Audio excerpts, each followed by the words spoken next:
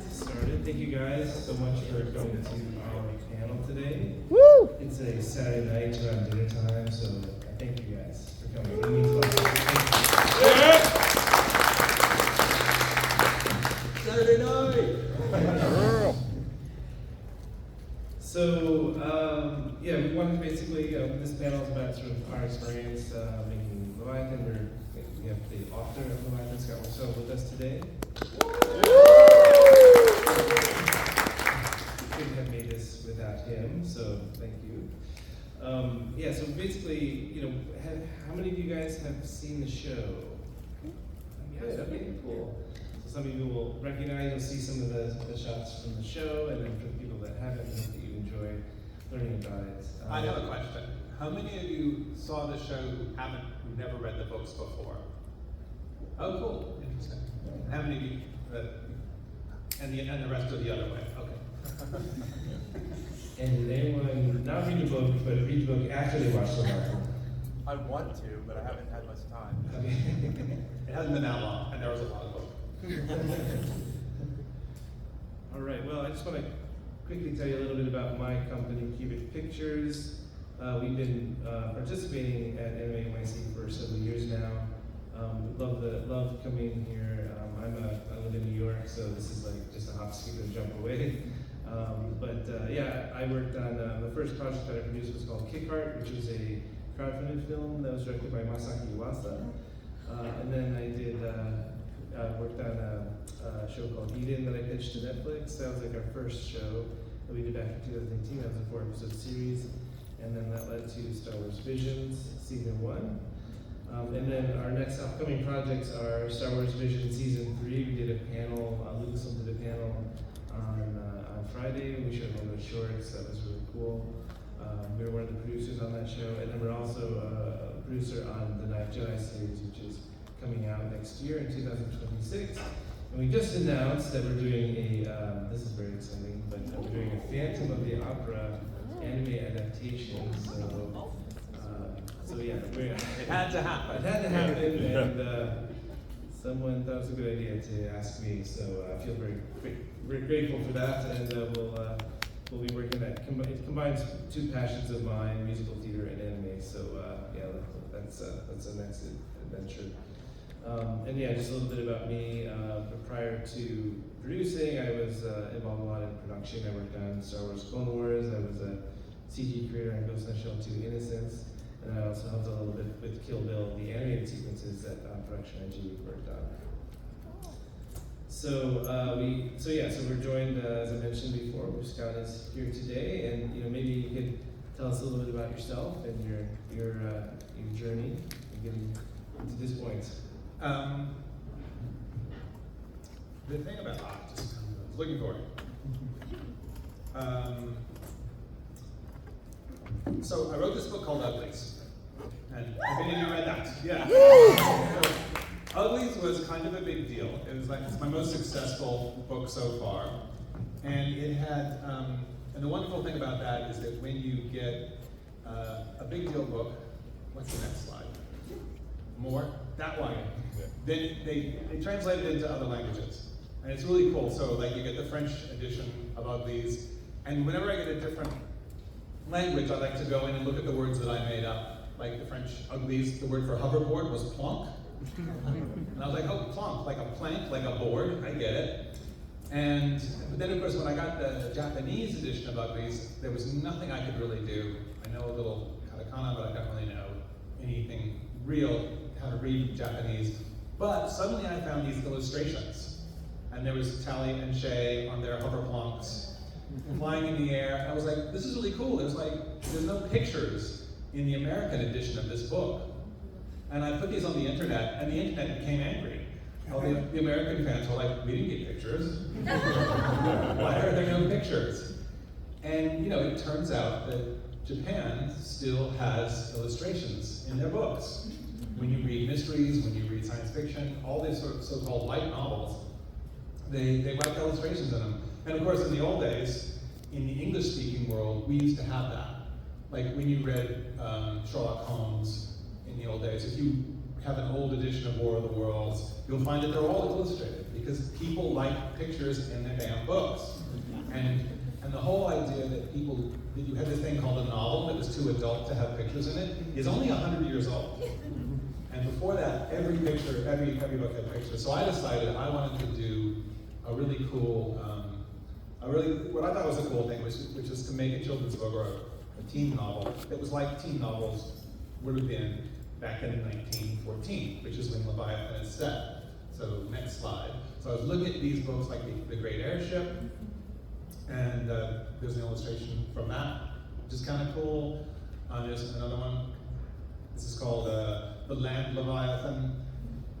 And that's actually from an adult science fiction novel, The Land Leviathan.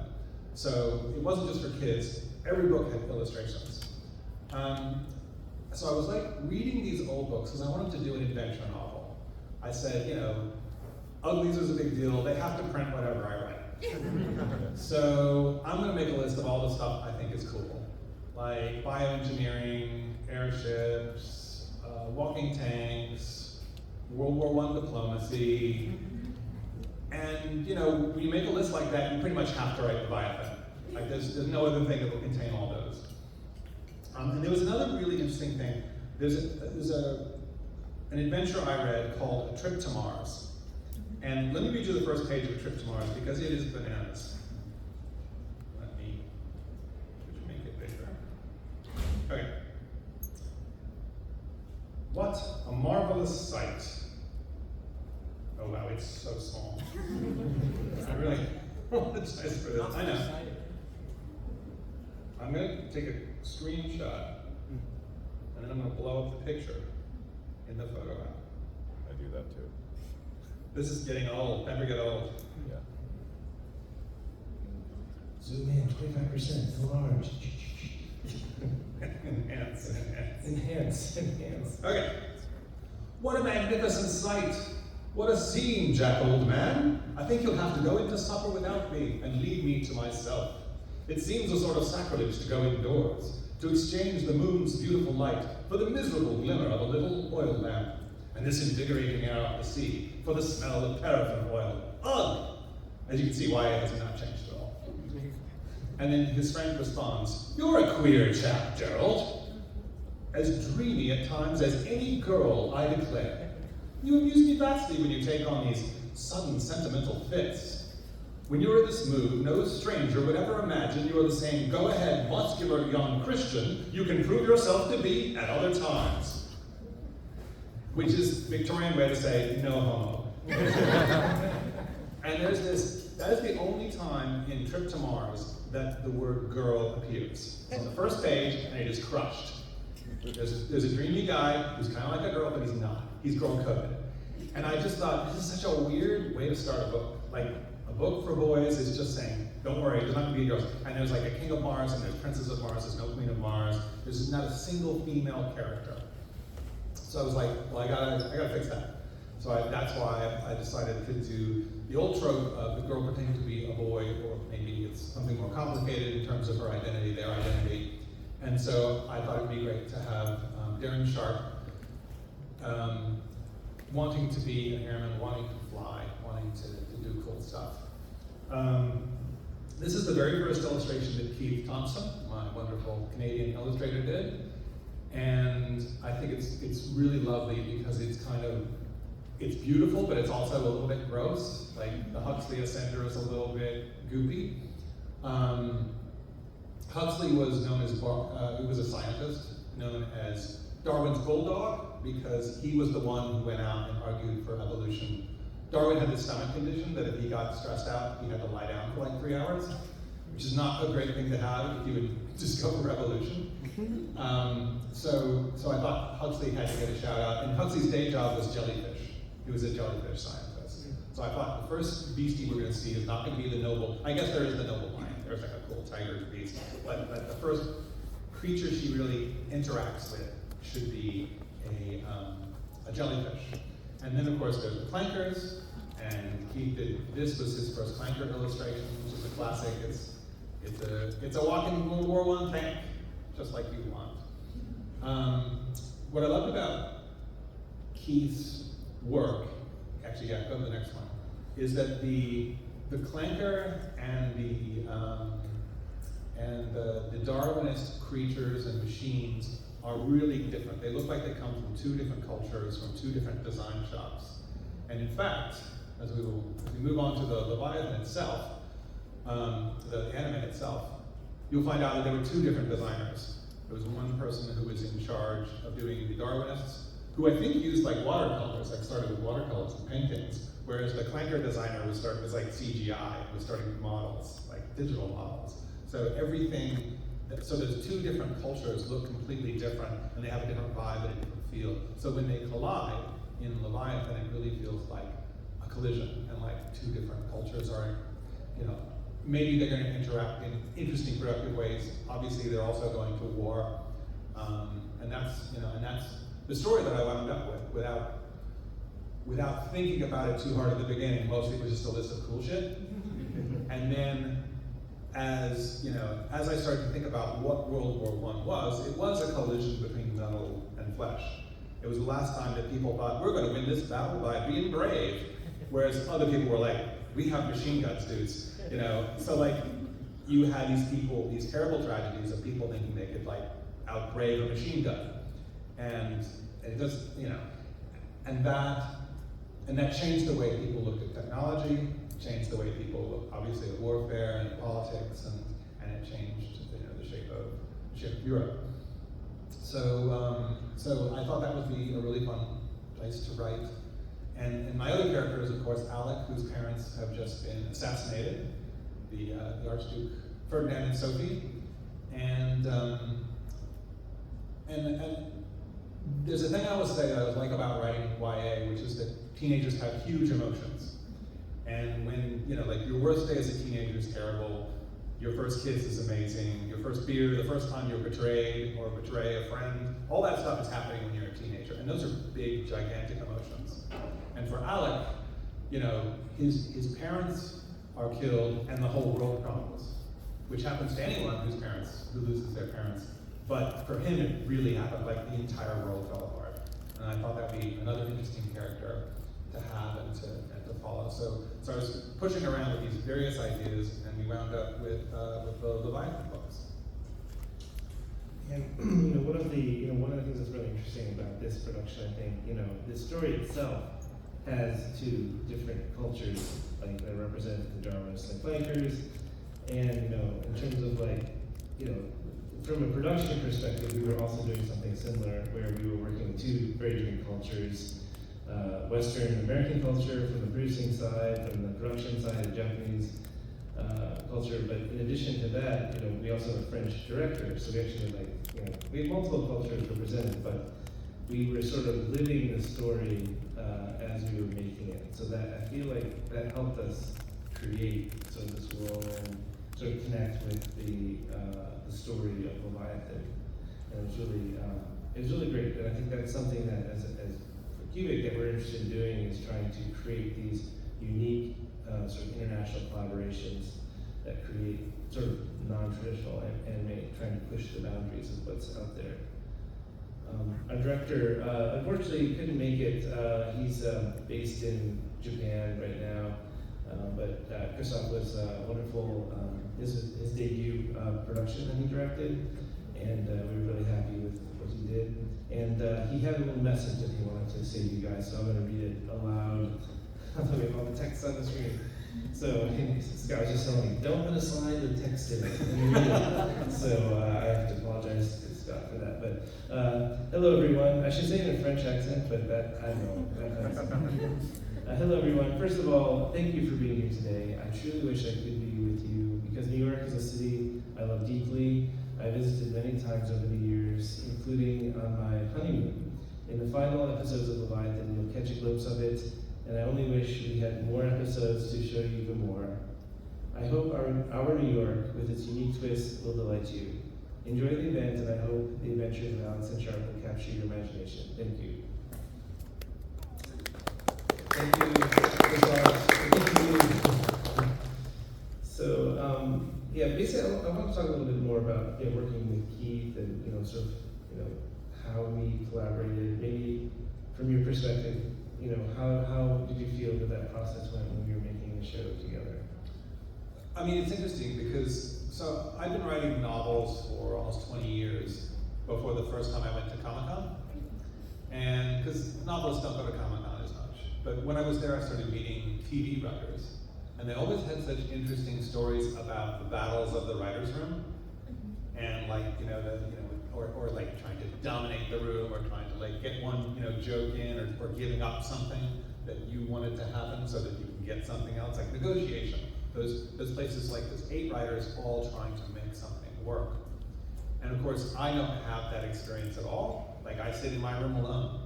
I have editors, I have a wife who's a writer, I have, I have friends who read my stuff, but it's not the same as actually sitting in a room 8 hours a day with somebody.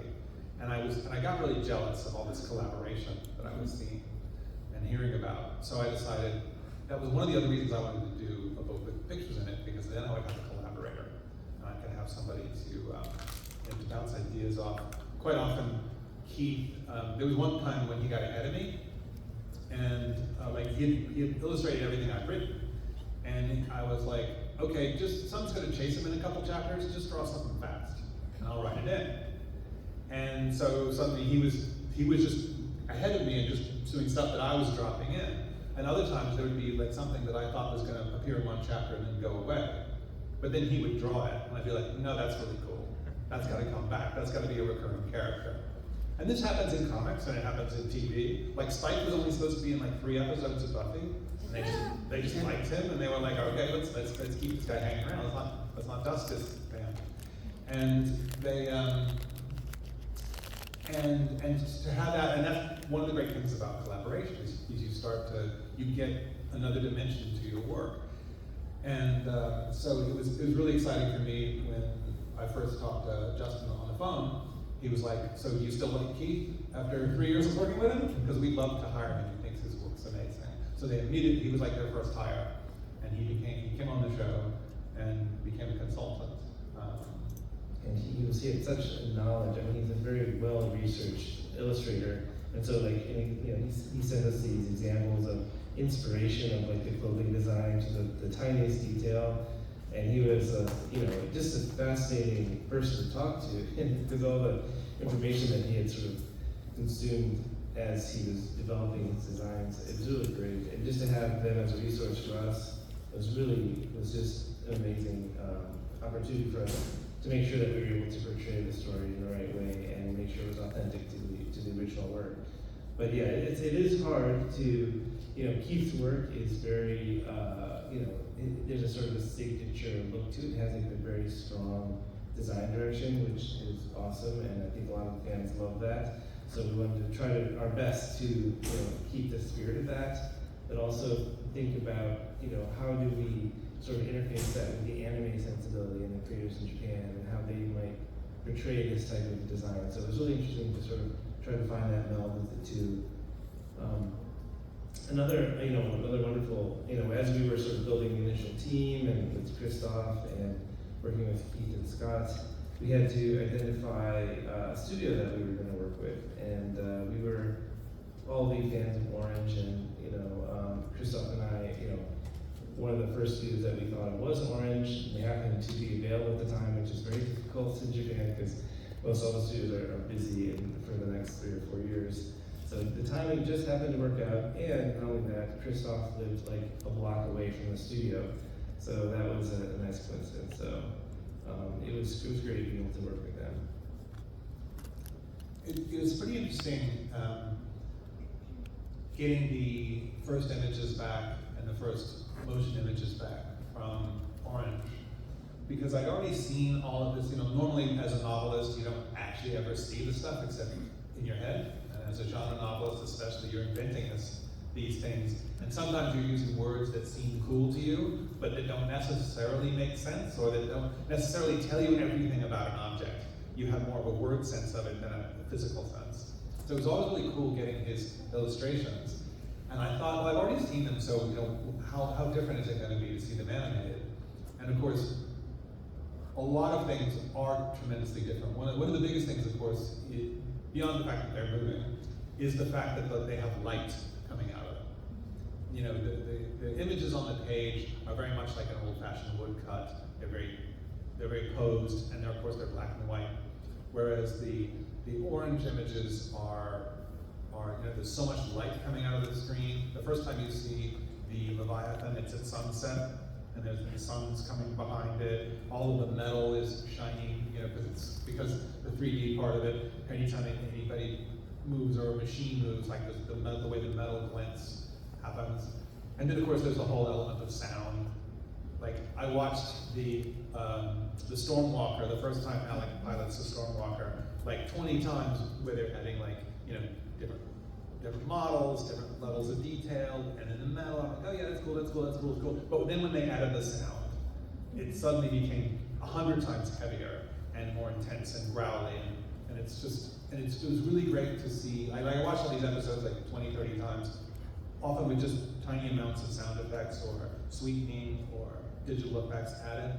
And it is, or like just sometimes just footprints, like a footprint path, where like the carpet squishes down when someone steps on it, that gets added later.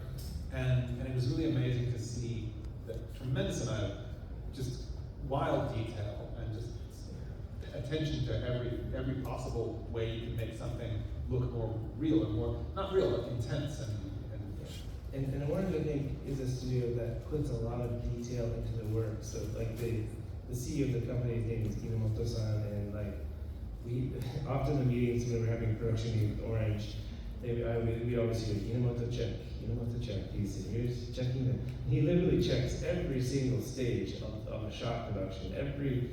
He looks at everything and checks every single shot practically, and so that makes things go a little bit longer. So the schedule will push quite a bit because of this. But I think, you know, people obviously there as a producer, you know, you have to be careful and mindful of the logistical side of making something. But at the end of the day, people will only remember the work and the quality that was put into it. So, you know, I think I really respected Orange's passion for like the details, and I think that's another reason why we wanted to go with Orange, because I knew that, you know, these illustrations, these like the plankers have lots of detail in them. And I felt like Orange was really just a good fit for that. And the other new element that Orange introduced on this production was a new background painting team. So they have these beautiful lush backgrounds that I just think are the most amazing paintings. And we've even screened the show on a theatrical screen, and it looks great. It holds up just great. So really kudos to them for all the work that they did. One thing I wanted to ask you, Scott, just in terms of this is your first time, you know, working on an anime. How did you find the process compared to your normal work? So the writers' room was meeting 3 times a week, and I came in like once a week. So like they would meet Monday, Wednesday, Friday. I would show up on Wednesday. I was looking at all the scripts. I was looking at all the character designs. It is weird how dispersed everything is and how much stuff you have to keep in your head. I write my novels kind of one word after the other. Like I write chapter 1, and then I write chapter 2. I'm not one of these crazy people who writes the end first or writes a 30,000 word version and then a 60,000 word version. So it's very strange to live in this world where your mind is jumping back and forth between episode 11 and episode 2, and your attention is really dispersed. But I mean, the other thing, of course, is that like there's a big difference between 3 books, each of which are about 400 pages, and 12 24-minute episodes. Like that's completely like anime can move really fast. Like you can tell a lot of story quickly in a way that probably no other form can. But it still was interesting to see how much, you know, to leave a lot of stuff, a lot of incidents that happen in the book, to leave them out. That's all interesting and harsh. Yeah, I know. I think that like one of the locations I really wanted to go to is Japan. Obviously, because it's you know you always are sort of working within. You know, also when you're making a show, as one of the challenging parts as a producer is like having to deal with the limitations. Usually, all the things that you want to do, you realize you don't quite have the budget for, and so you're just trying. Although this one was, I will say, you know, this was not. We were not struggling with budget at all for this, but you know, that's just a common problem. But you just have to choose your battles and sort of like trying to figure out the essence of the story, and as you're trying to make it. And I think one of the things that is interesting about this production as well is that most of the anime productions today are based on manga adaptation. Those are the majority of and the usually the most popular type of anime out there. But I think we felt like we wanted to, and Japan has had a long history of actually adapting Western novels like Anakin Gables, all the Ghibli works. That was that was actually an inspiration for Christoph. He's a big fan of old Ghibli films, and so I think we thought it'd be interesting to, what does the adaptation of a Western novel look like through this lens? So so that was kind of our focus for this.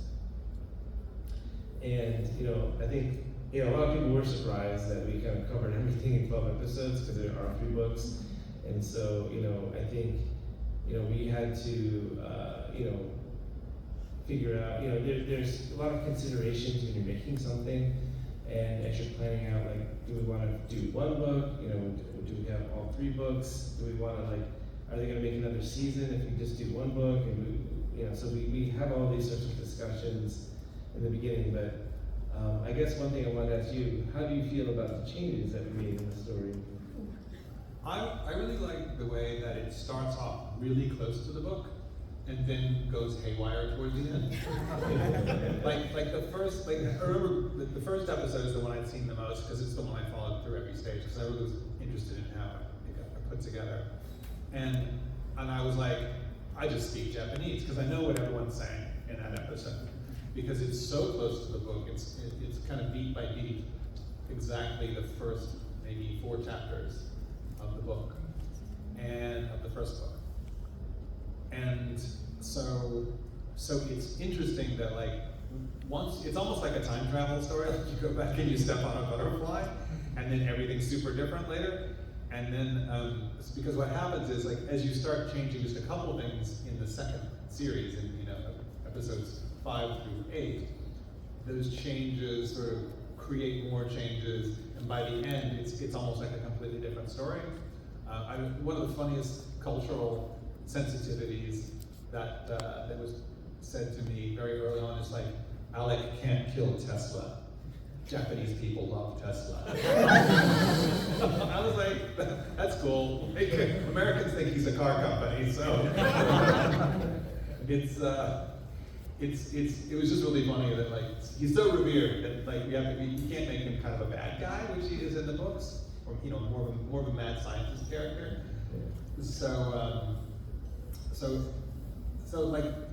And once you got that change off in the distance, it starts changing everything on the way. So I like it though because it's kind of warm and welcoming to the fans of the book at first, and then you're getting a different story at the end.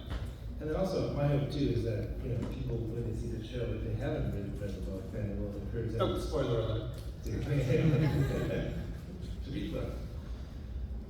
One of the interesting things about this world is sort of the mecha aspect and the bioengineered creatures. And I remember early on when we were sort of developing things that it was very important that you wanted to have these 2 distinct worlds contrast each other.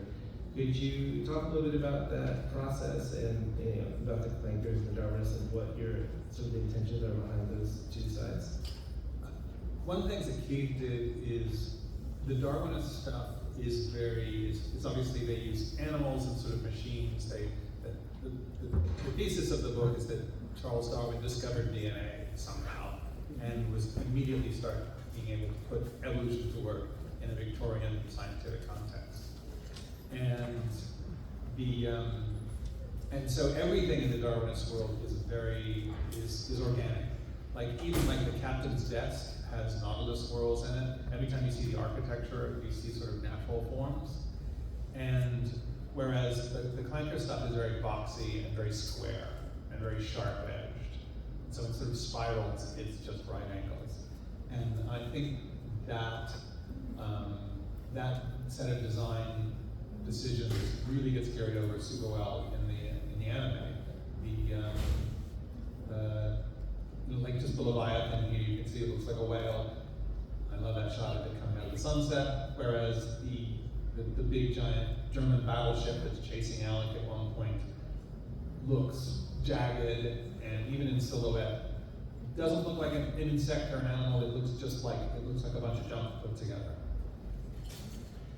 So I wanted to share sort of one of your favorite, shots of the series, and I also want to share my favorite. Maybe we could dim the lights for this one, 100%. Could you lights down? Great. And maybe afterwards we can talk about why this was your favorite. Do we have sound? Yes, Okay. we should. Yeah. Here you go. 散らかっていて申し訳ありません。こちらです、若耳。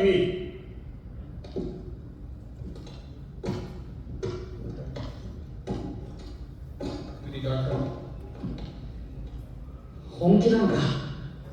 殿下、よろしければ。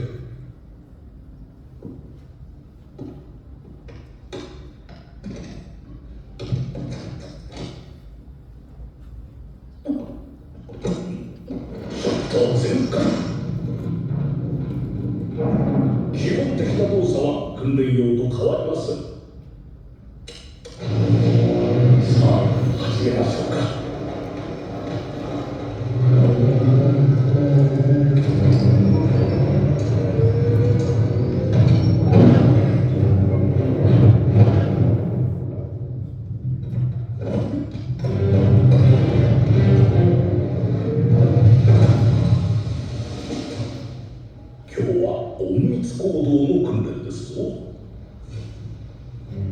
落ち着いて。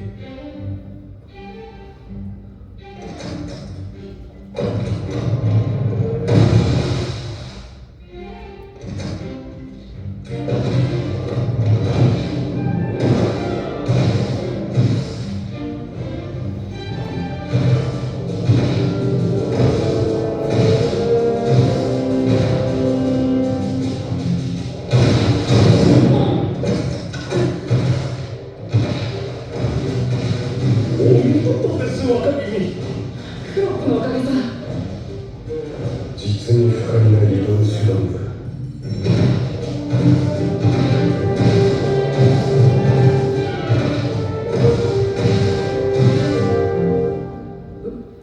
母上の乗馬コースだが、ここに跡などつけたら母上がお怒りになるぞ。ご不快なことばかりでしょうが、殿下。今夜中に距離を稼ぐにはやむを得ません。これはただの訓練だろ。目的地などないはずだ。ボルガ、どういうことだ。お若君、どうか我々とご一緒に。可能な限り、ボヘミアから離れなくてはなりません。お父上のご命令です。だが、父上はサラエゴに。一体、誰の命令に従っているんだ。いいですか。すべては太閤殿下のご意向なのです。嘘だ。だったらよかったのですが。僕を誘拐するつもりか。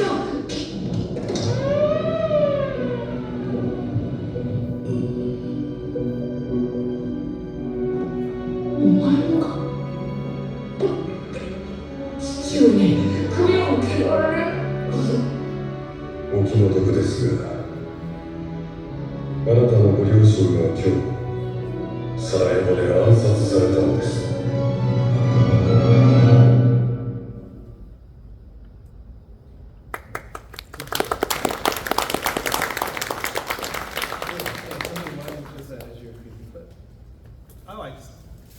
I just think it's amazing when the walker starts walking and it has big sounds, it has big music.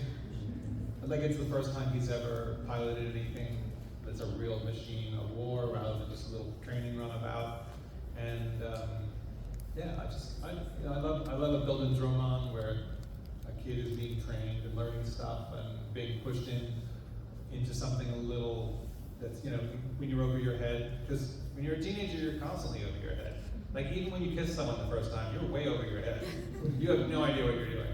And I think that's just part of the teen experience, and to have this sort of giant machine around you obeying your will, it's kind of like what it's like to be a kid. Like the first time you drive a car, the first time you do any of this stuff that matters a lot. Like you can kill somebody with a car, and I feel like this has the bigness of that and the emotion of that in a particularly anime kind of way. I think that clip was like one of the early clips that we first saw, right? Where you were like, oh wow, this is really cool. This is where I was like, I can't believe I get to do this for a living. You know, it's like I'm making mecha in steampunk, you know, diesel punk mecha. It's just like, it's so cool. So yeah, that was an important clip. I was in a literary convention in Australia once, and World War I is much more of the big war in Australia than it is in the United States because they have Gallipoli, and that's part of their national founding myth.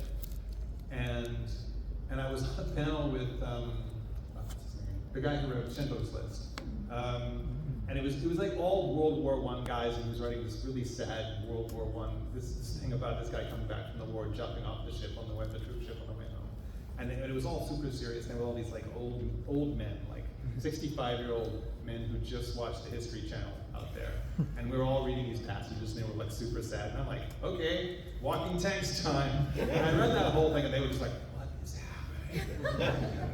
Why is this guy on the same stage as Thomas Keneally, our national treasurer? And then I got to the end, and I was like, you know, your parents are murdered this night, dead in Sarajevo. And they all went, oh fuck, it's that guy. And they loved it, and they all lined up and bought one. And I was like, and I've always like, that scene kills, because if you don't know, you know, what world you're in, what situation you're in, that's the moment you say, oh, this is World War I. Like everything else is strange, but I do know this stuff. Yeah, it's a great clip. My favorite clip that I wanted to share with you guys is, you know, I really love in this series. I really enjoyed the story arc in Istanbul, and the world and the paintings. I just was always in love with it from the get-go. And this scene, this is basically a scene where the revolution is happening in Istanbul, and they are going up against the Germans' ship. And it's just like the embers, the burning embers in the air, the level of detail, the music, the peril and everything. I just feel like it's such an exciting clip to watch. So I just wanted to share that too. So if we could cut the lights for this one, that'd be great.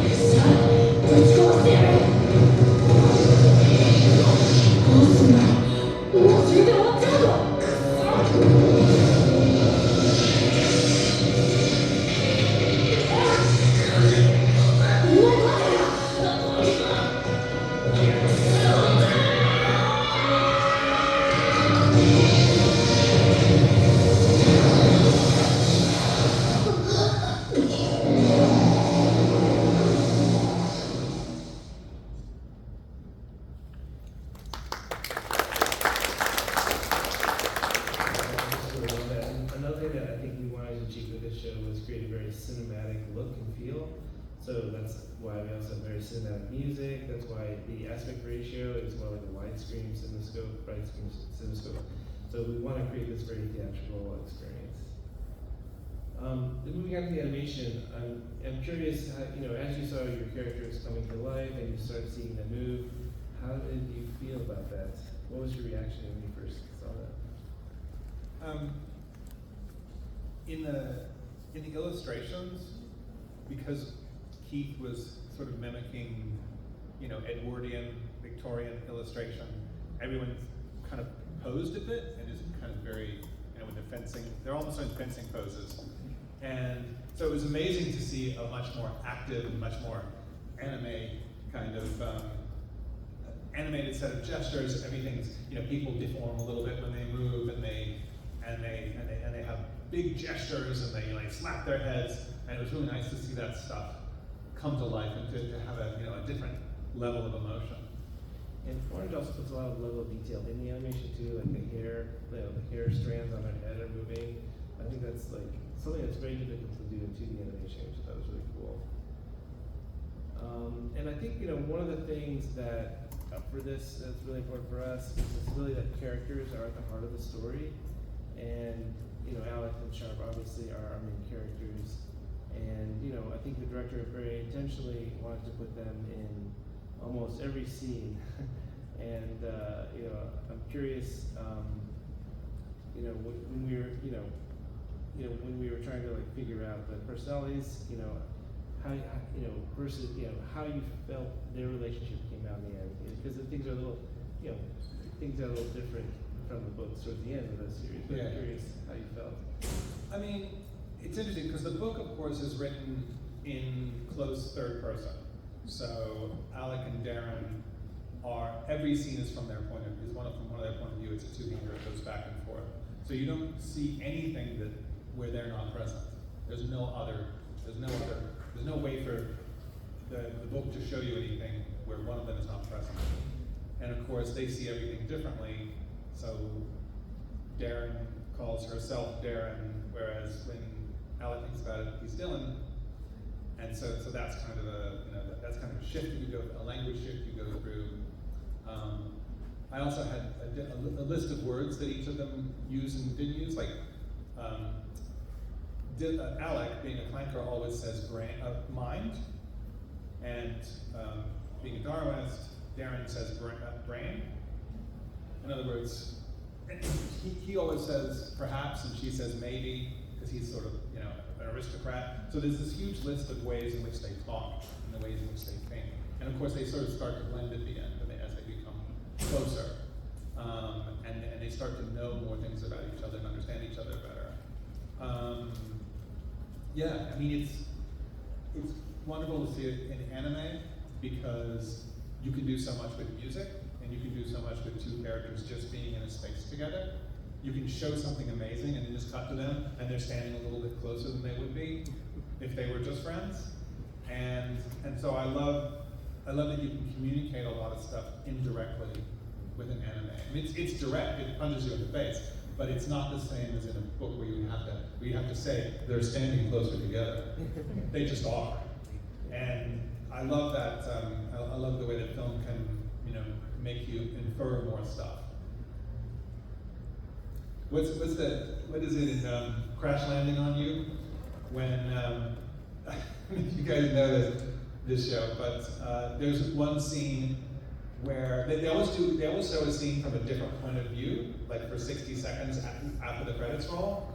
And one is it's the two main characters after they've fallen in love walking in the rain, and it's just a shot of she's walking on this side of him, so he's holding the umbrella over her, and it's just a shot of this shoulder getting completely drenched because he wants to keep the umbrella completely over her. And you hear the dialogue, but the camera is just following his left shoulder as his beautiful suit gets just ruined. And I'm like, just those little things where you show something from a different point of view, you just see a hand, you just see someone touch someone at a moment of crisis. Those kind of big emotion shots that are really ever present in anime, and they're impossible to do in prose the same way. Did you have a favorite character in the show? In the show, I really liked Lilith. I like the way she turned out because she's a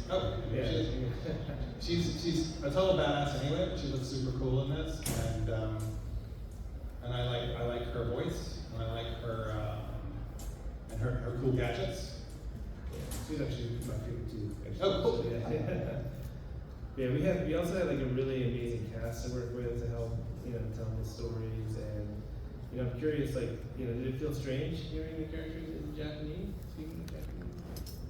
No, I have that disease where I think I can speak Japanese because I can read subtitles.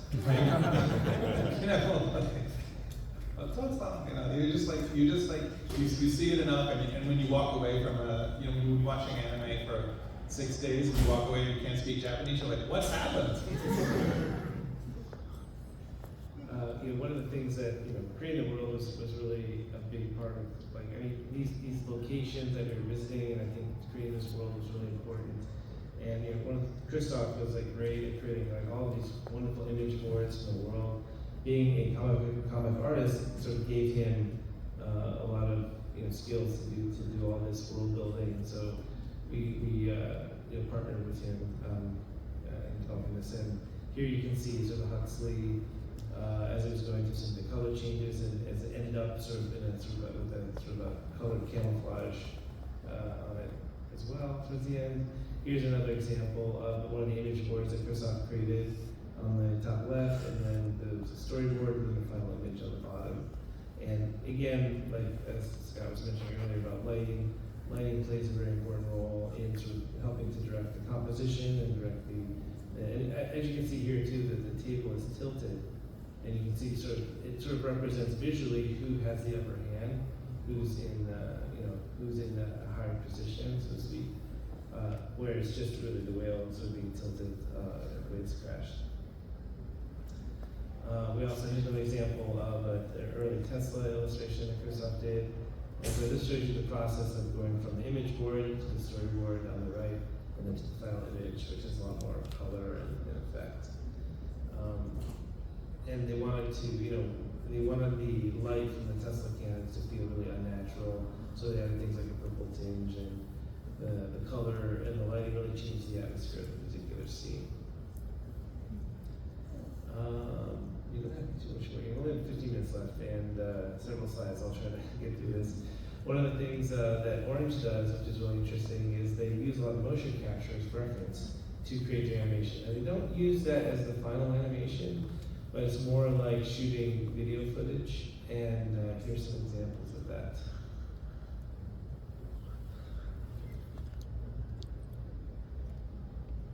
Orange. Ouch. There's a pad on the other side. So yeah, they have this a motion capture studio inside I think it's in the basement of the studio, and they will act out all of the scenes of the film. So it really should. So is the actor like a specialized actor, or is it just some animator trying to convey to their subordinates what? If it's something specific like fencing, they might hire a specific motion capture actor, but a lot of times it's the animators and the director that just do it. And then I'm not sure if you guys remember what scene this is from, but let's see if you can, who has watched the show. But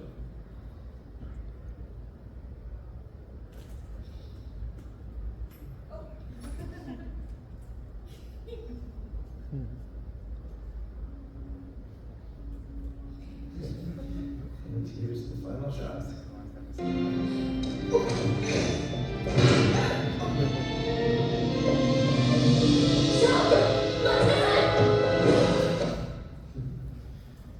And then we also, for the fencing scenes, we use this a lot to coordinate the action scenes. So it's really helped give a sense of realism.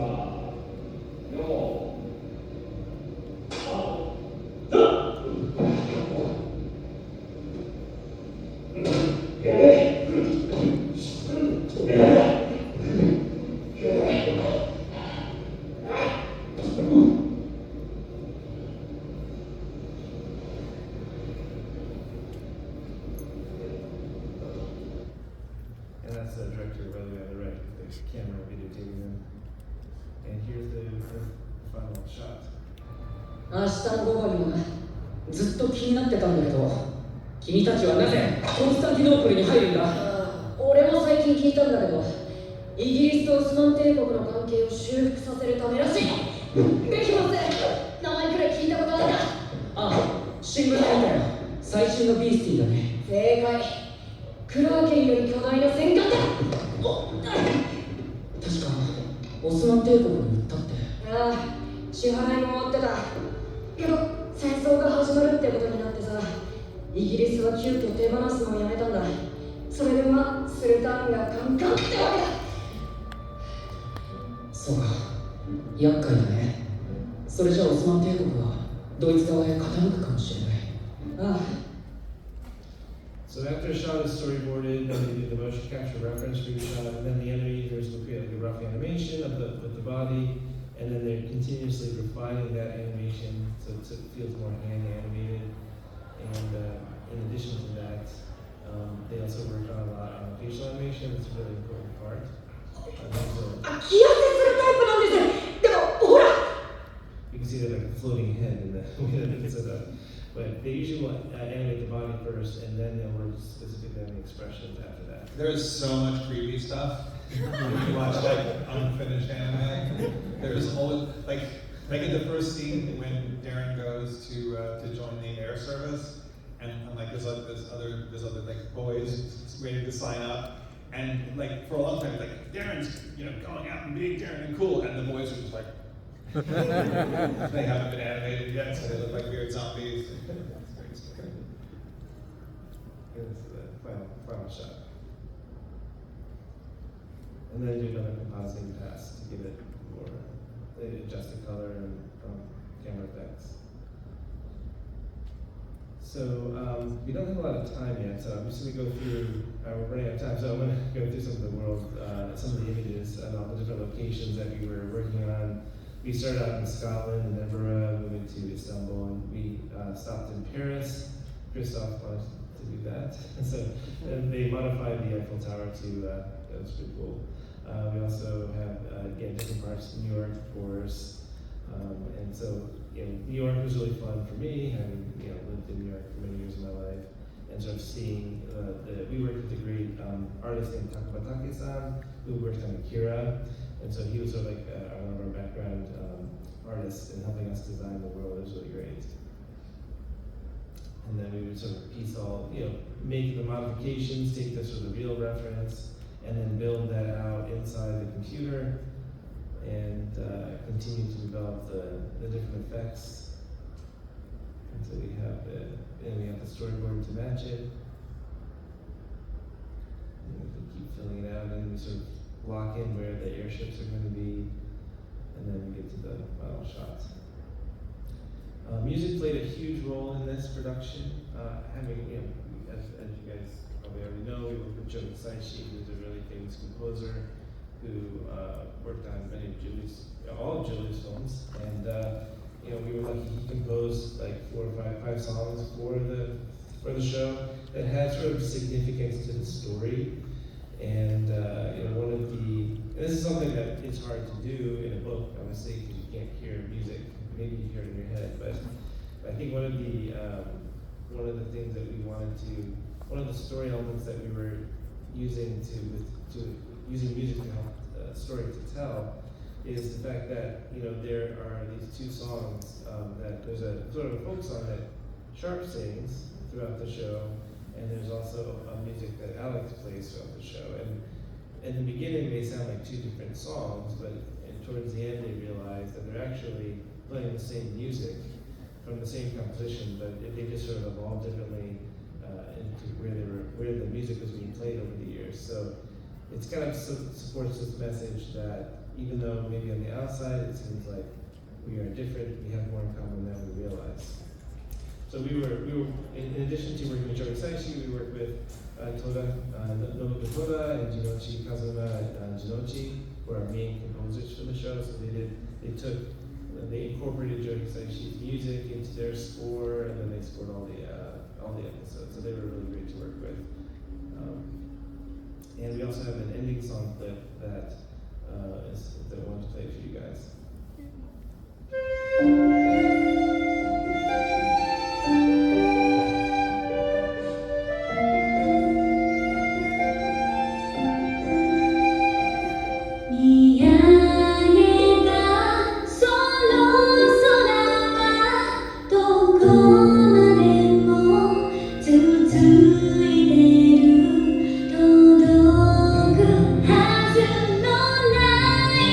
Show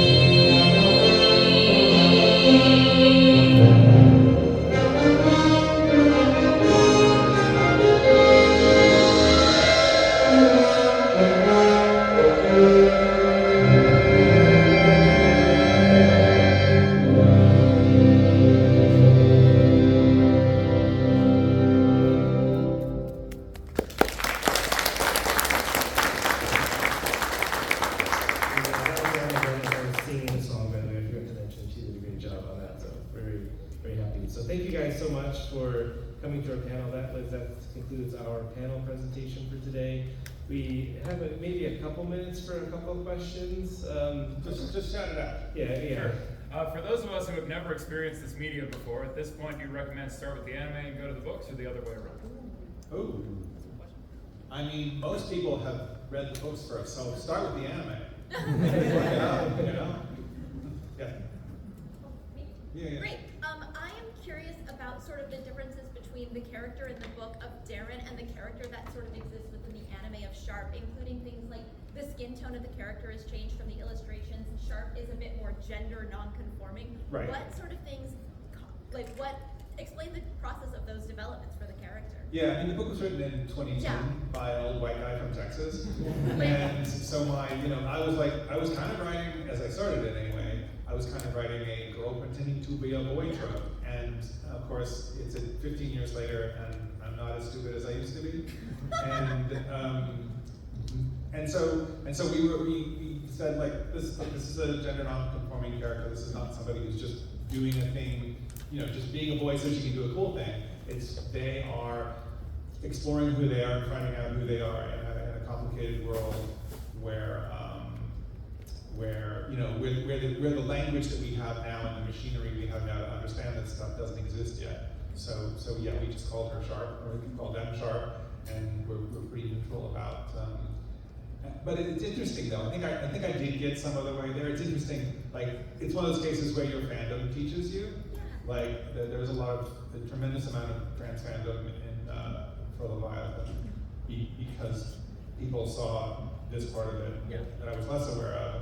But they also, I was like, I got it right. How did I get it right? And they were like, because you never put her in a dress and then had everyone go, ooh, she's so pretty now. Because I never wanted to do that. I never thought that was an interesting thing to do, which every freaking story like this that Hollywood does winds up doing. So I think when you respect your characters, it works out. Yeah. Like with the table, what are some small details that you would love people to notice on a second, third, etc. viewing? We'll come back to that. Yeah, I mean, I guess. Think about that for a second. Yeah. You may or may not even know this, but the Joe Hisaishi piece that is used for the opening, the piano piece, is there a longer version of that? Because that thing is such an earworm. Yes, Yeah, you can go on iTunes and buy the soundtrack, is there. and Okay. there is a longer version. Okay, great. And I will do that. Yeah. I have two questions. I hope that's okay. So the first one, really quick. The behemoth in the second opening was so sick, and I was so excited to see it in motion, and then we only see it at night and we barely see it at all. Were you also disappointed, or were you just like, this is the perfect use of the behemoth behemoth. It's like, I mean, it's awesome and mysterious, but I really wanted to see it there. I'm 100% with you on both counts. I was like, I will grudgingly admit that's the perfect way to do it, but I also wish it was like jumping out and crawling along the land for a minute. Right. And then the second question, so I said I haven't read the books, but I did end up ruining it and throwing myself out the Wikipedia summary of the books to see what was different, because I was curious. So obviously there's like a lot of differences just because you have to cut things for time or whatever, Yeah. but is there anything that like you did it in the anime and then you're like, man, if I had thought of that 15 years ago, I would have done it that way in the book? Oh, the other way around. Huh. I mean, I like it that in the anime, the Bovril does more. The perspicacious Loris actually has slightly more going on, because I never really, Bovril is a wonderful in the book because it will occasionally say things that the author wants to say. Just say one word or two words and like direct, and the characters don't even notice that it's talking. You know, it's the perspicacious Loris. It sees everything that they don't see, that the reader also sees. So it's patting the reader on the back for being smarter than everybody else. And that's its job. But in the anime, it serves no actual function as well. It's just smart. Yes. So you had mentioned that in the group that works on the anime comes from a lot of different kind of backgrounds and stuff like that. The animation in itself seems like a very Western animation. And it rotates around a lot. What sort of conflicts or sort of things do you see when working with different people with different backgrounds, working towards something that can that you're trying to put out globally to storyline wise? Right. Yeah, I mean, I think by nature of working collaboratively from different cultures and different backgrounds, I feel like sometimes you run into conflict, sometimes you force you to have to work together to prioritize, but I think that process of just being in the same room, exchanging ideas itself creates something unique. And that's something that I experienced working at Animation Studios in America that I loved about being in these studios. There's someone from Russia or Bulgaria or Brazil, you know, and I just love meeting these people, learning about their cultures. It's just the coolest place to be. And one of the reasons why I try to do these type of productions is because I also want to give people the chance, the creators in Japan, also a chance to experience what that feels like, because it's generally harder to do because of language and things like this. So I just think by nature of getting all these people from different countries together creates something different, and I think this happens by osmosis. Oh, and to answer your question, I finally thought of one. There's a really cool moment where Darren is leaving their room, and they put their hand. There's a wanted, sign up now poster for the air service, and he puts his, puts their hand on the poster as he leaves the room, just as a kind of like, that's the dream, and it's just like a nice little physical movement that, you just barely notice. And of course, if you wrote it in a book, it would be like, and you'd be pointing it out. And in a movie, you can just let it glide past, and maybe people notice it, maybe they don't, but it's somewhere down the back of your head. Yeah, behind you, read it. So I've only read the books. I didn't realize there was an anime until today, so this is a great cool. surprise. But the one thing I noticed Yeah, this is the books. I noticed watching the clips was that the designs of the Leviathan and the Huxleys are much more natural appearing. Like the Huxley looks like a jellyfish that's sort of floating, whereas in the book it's much more like kind of bubbly and there's like all these like kind of boils on it. Yeah, it's kind of gross in the book. It's a lot grosser looking. So my question is, was the decision to make the creatures more, I guess, natural animal occurring, like a conscious decision, or is that just something that happened organically, pun intended? I think that was kind of a direction that the director wanted to go in, and also the character, the creature designer that we work with, that's similar to some of the other work that she does, so I think that's kind of, she put a little bit of her taste into it, as well as the directors, I think, wanted to create something a little bit more colorful in contrast to the book, so I think that was just more like, this is the direction that the director wanted to go in. Yeah, I really like it. I mean, I like the Huxley has a kind of elegance, like the way it has a sort of cowl that moves in a really cool CG way. Yes? Like there was for the book series, you guys have the manual of aeronautics for books. Right. Will there be anything like some sort of companion thing for the animation? That would be dope. I'm seeing all like the artwork and stuff like that, and a lot of the time it just kind of stays in a back room somewhere in an archive or something that never gets explored. Never gets released. Christoph has put a ton of it online. Yeah. But that's not the same as a book. I agree. That would be really cool. I would love to do that actually. But it's in a But there's rights issues. Does Netflix get a cut? Like, I don't know how this stuff works. Okay. Yeah, it was funny. It was my publisher's idea with the Manual of Aeronautics. There's the 4th book in the trilogy, as we all know, has to happen. Is just the color art that Keith and I, and a lot of the art that Keith and I were using for what happened was, at some point I was like, could we just do some deck plans of the Leviathan, just so that I know where everybody is and kind of use it to plot things out. It's really nice. It's something that people do with TV, is you build the set and you keep the set. And so the writers actually can go on set and block things out and think about what they're writing in a real physical space that matches where the actors are going to be. And it was nice to have Keith actually do these amazing deck plans of the Leviathan that were in color and that had like wallpaper and stuff, and I could see where everything was. I would mark my little fingers around on them to show like where the characters were, so that it all had a certain amount of consistency. And the publisher saw that and said, "Why do you have all this cool shit you're not putting in the books?" And because it's in color and it doesn't fit the narrative. And they were like, "Well, let's do a companion volume."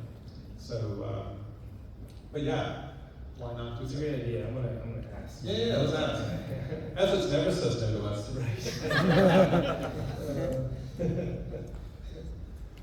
Oh yes, and you, and then we're done. Yeah. Yes. So Leviathan is one of my favorite books, and now the anime is one of my favorite anime. But like you mentioned, it's like two completely different stories by the end. Yeah. So I'm really curious, like the role of Volga, without any spoilers, Volgar's role completely changes, how Alek and Darren's relationship ends. Like, how much of that came from you just over the years, thinking, oh, I would like it to be this way, versus like coming from the start? None. It's all like a new interpretation. I see. It's really.